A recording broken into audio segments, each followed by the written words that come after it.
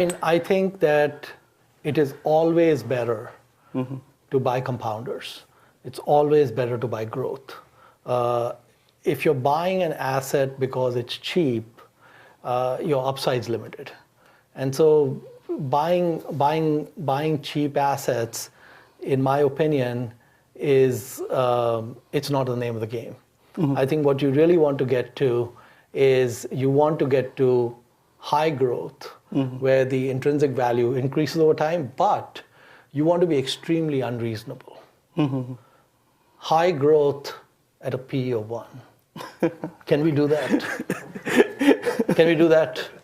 You know, so what you really want is, I mean, what I'm saying is that I think any fool can see that Amazon will grow a lot, Google will grow a lot, Facebook will grow a lot. It becomes a lot harder to figure out what the returns would be when you're investing today. They probably still are good returns. I would say that these are very durable moats, and so they probably wouldn't be around for a long time, and they probably are great investments even today. But you know, we have 100,000 stocks to choose from. Why not do some digging without spending too much time on one? And why not try to find that diamond in the rough and then take it from there? You know, like for example, Charlie Munger said that in 2002, he read Barron's for 50 years, so from the 1950s until 2002. And probably every issue of Barron's has at least 5 or 10 ideas. And so he said for 50 years, he read an issue every week. That's 2,500 issues and 25,000 stock tips. And he didn't act on any of them. He acted on one Barron's stock tip in 2002, which was Tenneco. By 2004, 2005, he had made 8x on that investment. So Tenneco was under distress. The stock went to like $1.60. Eventually, it went to $55.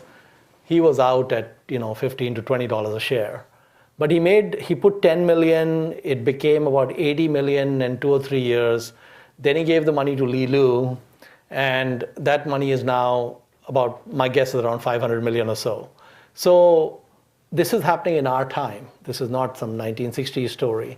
From 2003 to 2017, without riding Google or Amazon, he got there. The 50x, that's 30% a year or something.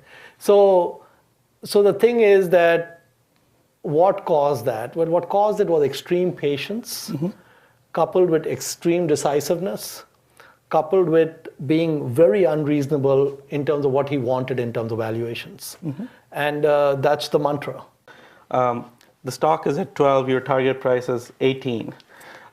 Let's bring the element of time into the picture as well. If something is 18 today and going to be 36 tomorrow and so on, how do you look at time horizons in your analyses?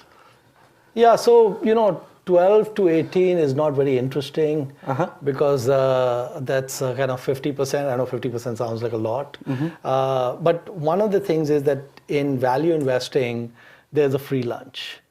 And the free lunch is that the greater the margin of safety, the higher your returns. And so if a company is worth 18, if I can buy it for 4, I've got a huge downside protection in terms of what might happen. And the thing is, businesses, capitalism, you guys see it at Google, is brutal. Dog eat dog. I mean, and you're at the cutting edge of all these guys who want to encroach on your territory, if you will. And so businesses are not kind of steady state entities. They fight for their survival. And so when we are trying to project the future of a business, we should demand huge margins of safety. And so that's another reason why the 12 to 18 is not that interesting, because it's not so much the time frame. Yeah, so if there's a catalyst in place, let's say some company is going to be acquired for 18 in 2 months and it's sitting at 12, well, if that's happening and the odds, according to you, are 95% that it's going to close, sure, then you can go for it because that's everything is encapsulated. Yeah. It's always smarter to buy a business that can grow faster and compound for years, instead of chasing a cheap bargain. We have already discussed this in one of our previous videos, why small cap stocks are the best. Do watch it if you want a clear picture of how small caps create real wealth. In that video, I also shared 3 practical examples that help you understand whether a stock truly has a multi-bagger potential. So do watch it.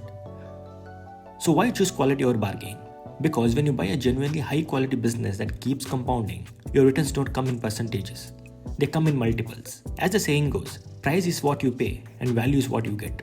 And another timeless line every investor should remember: a great business at a fair price beats a fair business at a great price. Compounding works like magic when the underlying business keeps executing year after year. That's when wealth starts showing up in X terms: 5x, 10x, 20x or more.